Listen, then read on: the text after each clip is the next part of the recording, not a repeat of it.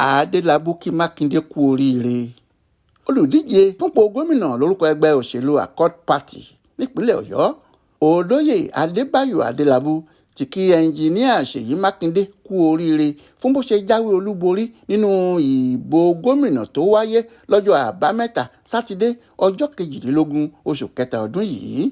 Nínú àtẹ̀jáde tó fi ṣọwọ́ sáwọn oníròyìn nìbàdàn, Adelabu ṣàpèjúwe wíwọlé tí Makinde wọlé fún sáà kejì nípò gómìnà gẹ́gẹ́ bí ìpè láti túbọ̀ sin àwọn ará ìpínlẹ̀ náà síwájú sí i.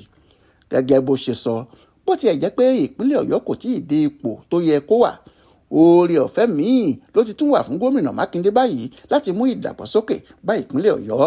Nígbà tó ń tọ́ka sí àwọn ẹ̀ka tó nílò àmójútó nínú iṣẹ́ ìjọba ìpínlẹ̀ Ọ̀yọ́, olóyè Adelabu gba GSM gẹ́gẹ́ bí orúkọ tí wọ́n tún pe gómìnà yìí nímọ̀ràn láti túbọ̀ mójútó ọ̀rọ̀ ètò ààbò dáadáa. Bákan náà ló tọ́ka sí ẹ̀ka ètò ẹ̀kọ́ gẹ́gẹ́ bí ohun tó yẹ kí gómìnà yìí ṣàtúnṣe gidi sí, pàápàá ìpèsè ohun èlò ẹ̀kọ́ fáwọn akẹ́kọ̀ọ́ àtàwọn olùkọ́ wọn.